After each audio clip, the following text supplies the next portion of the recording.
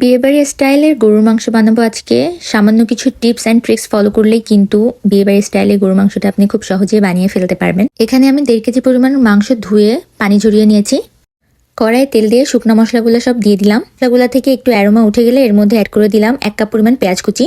নরম হয়ে আসলে দিয়ে দেবো আদা রসুন বাটা 2 টেবিল চামচ। অ্যাড করে দিচ্ছি ধুয়ে রাখা মাংসগুলা সুন্দর করে মশলার সাথে মাখিয়ে 5 থেকে 10 মিনিট ভাজি করে নিব। একটা বাটিতে নিয়ে নিচ্ছি হলুদ গুঁড়া, লাল মরিচের গুঁড়া, ধনিয়া গুঁড়া, জিরা গুঁড়া ও গরম মশলার গুঁড়া। এর মধ্যে পানি দিয়ে মশলাটাকে আমি বাটা মশলার মতো করে মাখিয়ে নিচ্ছি। এবার মাংস ভাজির মধ্যে মশলাগুলো সম্পূর্ণরূপে ব্যবহার করে নিচ্ছি। মশলা মাখিয়ে দিয়ে দিব পর্যাপ্ত পরিমাণ লবণ এবং এটাকে ঢাকনা দিয়ে আমি কষানোর জন্য রেখে দিব। মাংসটা থেকে খুব ভালো একটু পানি ছেড়েছে। এখন এই পানির মধ্যেই মাংসটাকে আমি কষিয়ে নিব।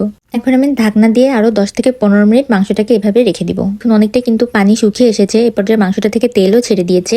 এ পর্যায়ে আমি ব্যবহার করে নিচ্ছি 1/2 কাপ পরিমাণ পানি। খেয়াল রাখবেন মাংসে পানি ব্যবহার করতে হলে অবশ্যই ফুটন্ত গরম পানিটাই ব্যবহার করবেন। সুন্দর করে নাড়াচাড়া করে নিয়ে আমি এখন ঢাকনা দিয়ে আরো আধা ঘন্টার মতো অপেক্ষা করব মাংসটা কষে ওঠার জন্য। মাংস থেকে কি সুন্দর তেল ছেড়ে দিয়েছে, মশলাটাও ঘন হয়ে এসেছে। এ পর্যায়ে আমি আরো 1/2 কাপ পানি ব্যবহার করে নিলাম। এর মধ্যে আমি একটু জয়ফলের গুঁড়া ব্যবহার করেছি। এটা দিয়ে আমি ঢাকা দিয়ে আরো রান্না করে নিব 10 মিনিট। 10 মিনিট পর দেখতে পাচ্ছেন মাংসটা থেকে কি সুন্দর তেল ছেড়ে দিয়েছে। মাংসটা মশলাটা ঘন হয়ে এসেছে। মাংসটা কিন্তু অলমোস্ট ডান। এ পর্যায়ে আমি ব্যবহার করে নিলাম একটু বাদাম বাটা। এখানে আমি কয়েকটা কাজু বাদাম ও কয়েকটা কাঠবাদাম আমি ভিজিয়ে রেখেছিলাম, তারপর সেটাকে ব্লেন্ড করে নিয়েছি। সেটাই আমি এর মধ্যে ব্যবহার করে দিব। বাদাম বাটাটা দিয়ে একটু নাড়াচাড়া করে ঢাকনা খুলে আমি 10 মিনিটস মতো কুক করে নিব মাংসটা। এরপর আসছি, মাংসটা কি সুন্দর তেল ছেড়ে দিয়েছে, কালারটা এত সুন্দর এসেছে।